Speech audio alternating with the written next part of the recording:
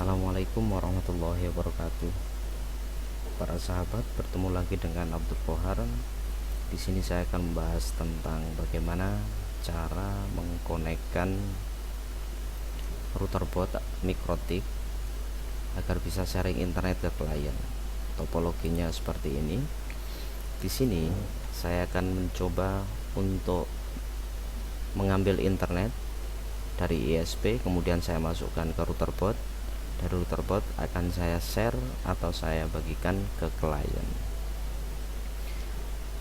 Berdasarkan topologi ini, saya menggunakan ISP dengan IP 192.168.100.1, kemudian DNS nya saya buat 192.168.100.1. jadi teman-teman bisa menyesuaikan apabila ISP nya tidak menggunakan sesuai dengan milik saya, bisa disesuaikan dengan ISP yang ada di tempat para sahabat sekalian. Nanti internet dari ISP akan saya masukkan ke port 1 atau ether 1. Di sini saya sebut sebagai public dengan IP 192.168.100.2. Perlu diketahui bahwasanya dalam satu jaringan tidak diperbolehkan ada host yang sama.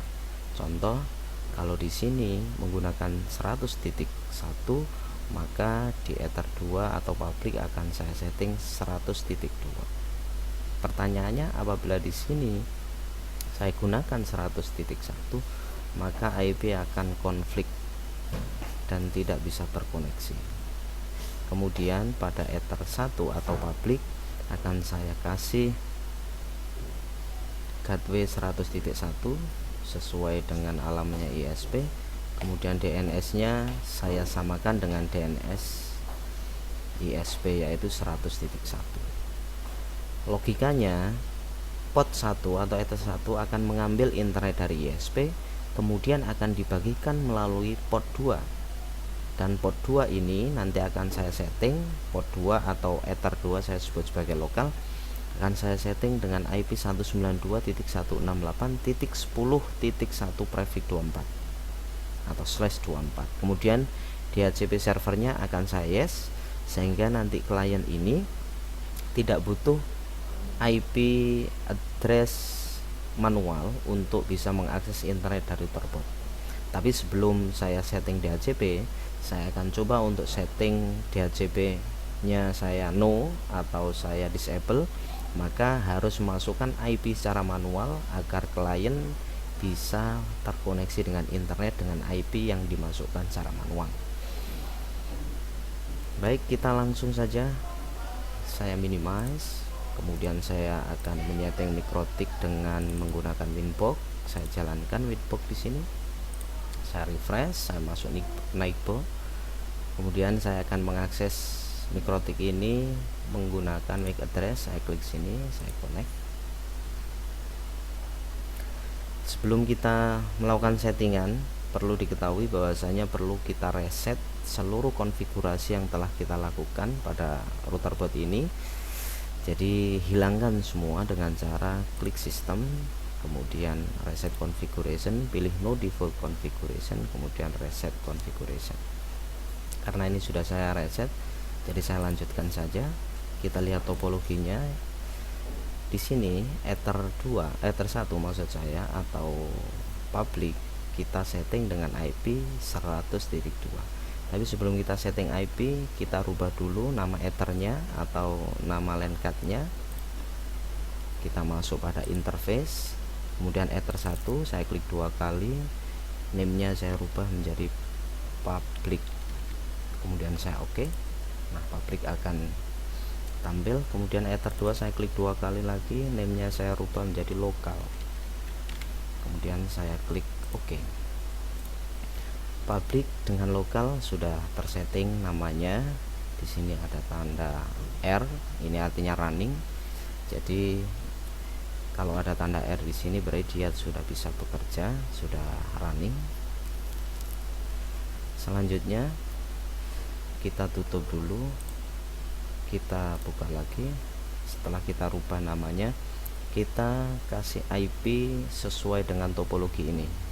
public menggunakan IP 100.2, kemudian lokal menggunakan IP 10.1. Masuk pada IP, kemudian address, klik add, kemudian kasih 192.168.100.2, saya kasih prefix 24 sesuai dengan topologi, kemudian saya pilih di interface public sesuai dengan ini 100.2 pada interface public, kemudian saya apply, saya oke. Ini IP address sudah tersetting untuk interface public. Kemudian untuk menambahkan interface lokal kita klik add, masukkan 192.168.10.1 prefix 24, kita masukkan di interface lokal, kemudian oke.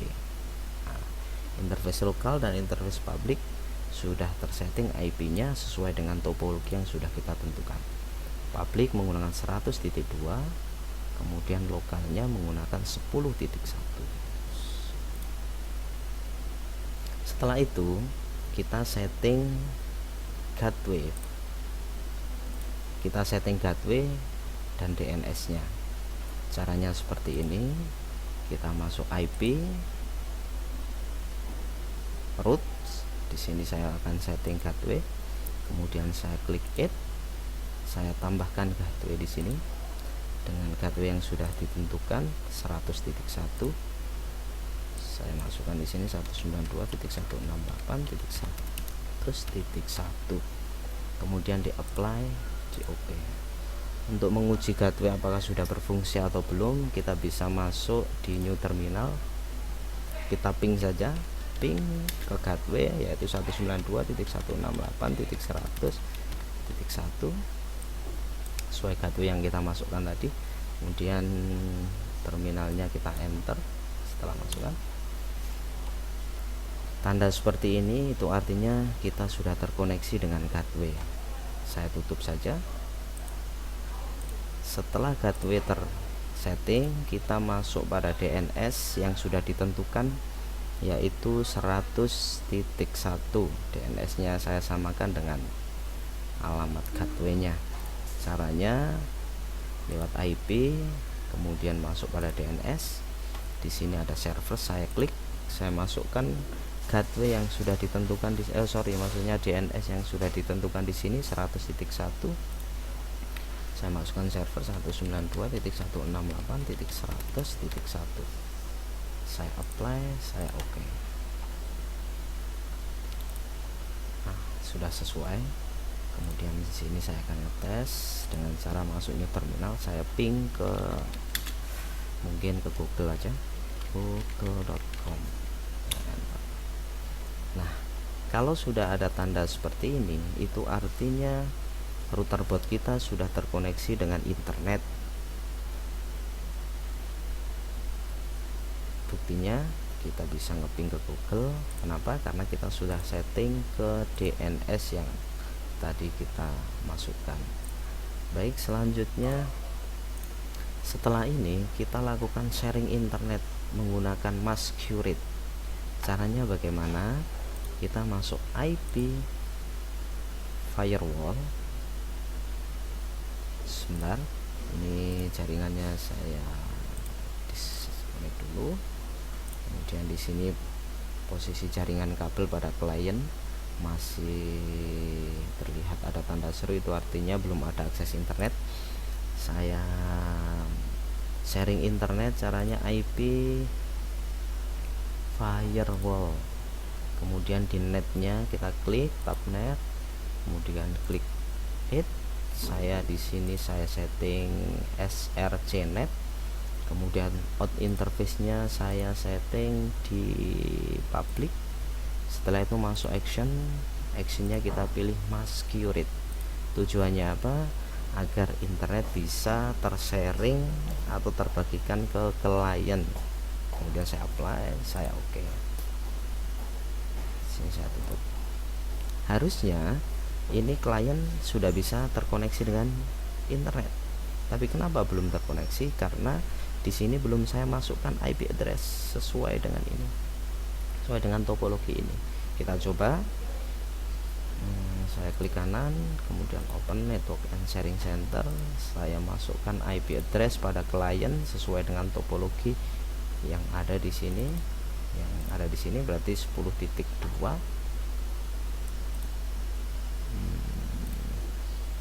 Ini ya. Saya klik 192.168.10.2, kemudian subnet masknya saya klik, otomatis akan terisi. Gateway-nya 192.168.10.1. Gateway di sini adalah alamat interface lokal 10.1 di sini. Kemudian DNS-nya saya isi lagi. DNS saya isi sesuai DNS yang ada di ISP 192.168.100.1. kemudian saya oke.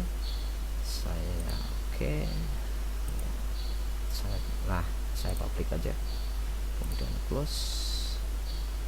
Saya close. Ternyata tanda seru di sini sudah hilang. Itu artinya kita sudah bisa terkoneksi dengan internet. Contohnya semua kita buka lagi di facebook.com.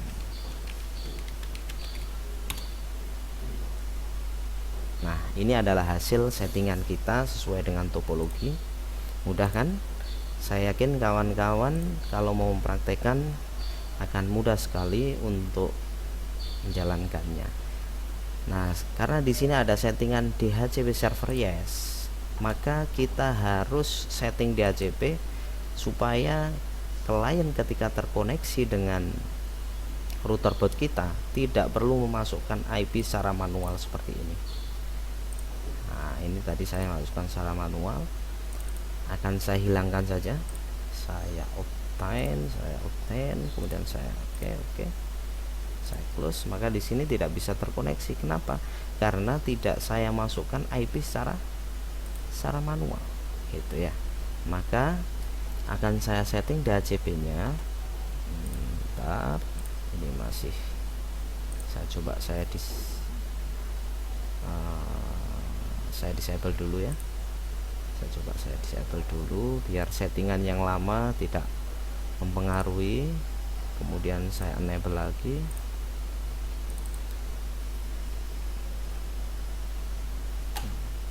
Maka di sini internet tidak akan terkoneksi. Buktinya saya akan coba Facebook, saya refresh. Nah, tidak bisa. Kenapa? Karena tidak kita kasih IP secara manual.